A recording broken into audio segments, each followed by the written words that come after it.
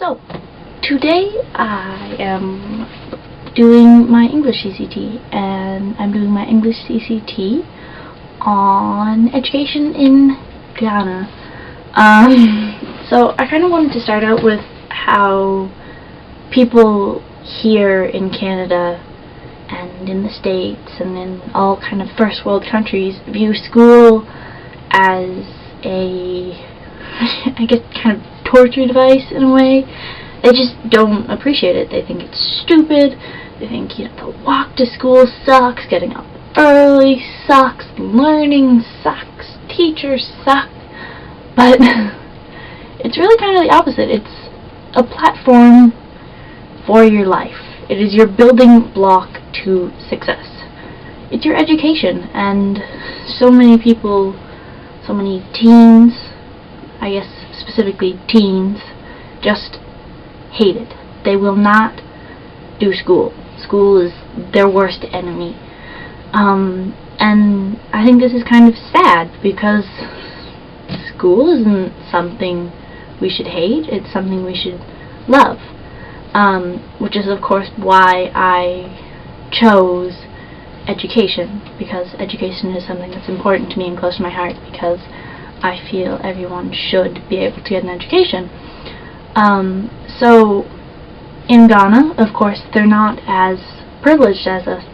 They don't have the ability to go to school, especially if you are a girl.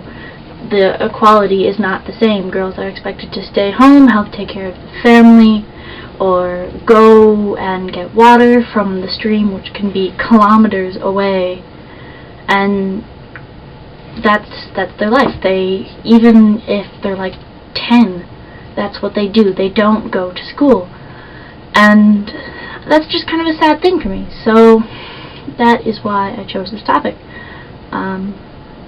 Yeah. Dekpor School Development Organization, DSDO, as I will be calling them, actually went into a town in Ghana. The town is called Dekpor, which is obviously where they got their name from. They specialize in education of Dekpor and of kids in Dekpor. So here is a picture of what their old school used to look like, and what their old kindergarten class used to look like. It's pretty much a rundown school, and as you'll notice, the kindergarten school isn't actually a classroom. It has no walls, can't be defined as a room. It is a tree with a desk and a slab of chalkboard under it.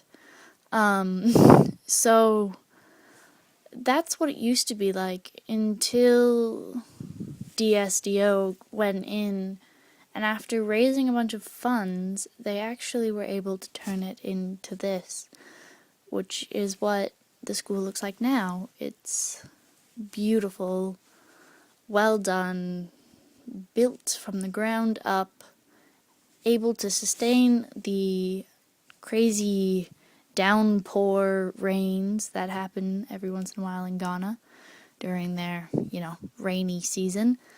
And it's also able to take the harsh heat and not collapse and mold like the old school ended up doing. And they actually now have a primary school, so that these kindergarten students don't need to go to school.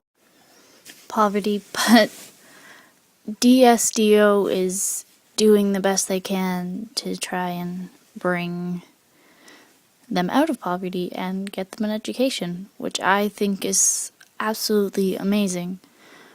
So what I was saying earlier was that most people here in Canada and in first world countries don't appreciate school. They don't understand. They think it's stupid.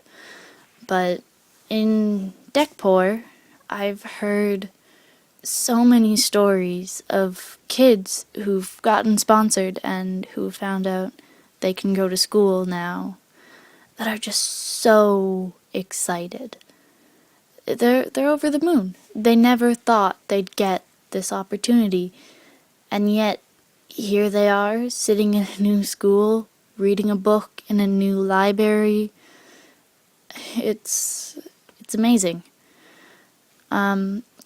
Just another, I guess I forgot to mention earlier that DSDO put in a library after they did their schools.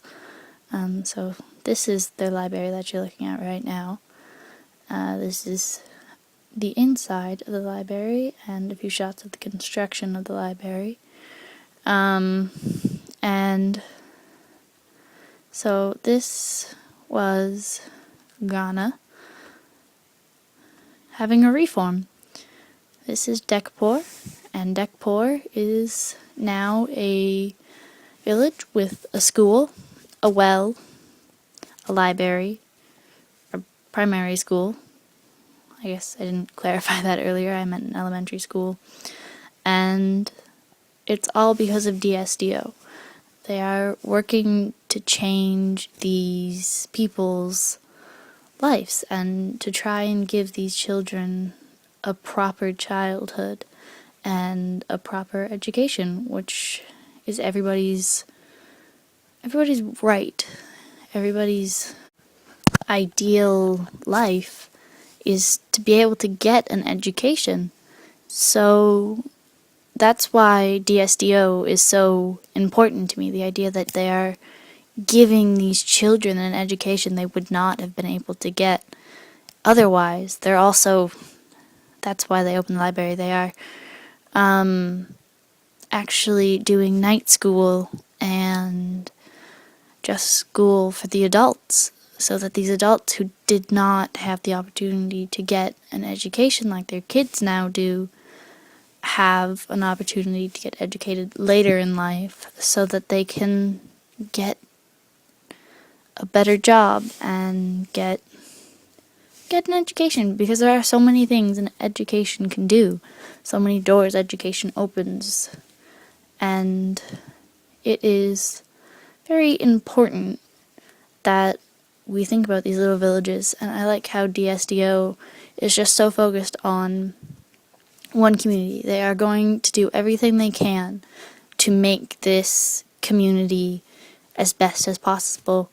So they have a bunch of really awesome programs going right now. Right now, they have a computer program going because one of the standardized tests in Ghana involves computer knowledge, and most of these children who live in Dekpor have never seen a computer. So they're having people here in Canada donate computers, old computers that they haven't a need for anymore, which of course kind of sounds silly, the idea that a computer is obsolete and we need the next big thing, but we all do it. And they are taking these computers, they are making sure that they still work, and if they still work, they are actually sending them to Dekpor so that these children can learn how to use the computers, which makes them able to pass this test easier because they know what a computer is and how to use it. All the amazing things DSDO has done for this town, village, is amazing. So I guess this video is more of a thanks to them and an eye-opener to me and maybe to you. I'm not sure what you know about education in Ghana.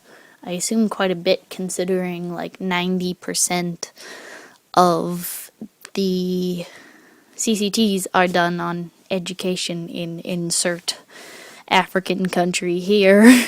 And Ghana is a fairly common choice. But, I think it's good to look at things like this and to remember how privileged we are every once in a while. So, that was my CCT. Hopefully, that was what you needed. I'm not quite sure how to end this thing, so bye. Here's a picture of happy school children in Ghana.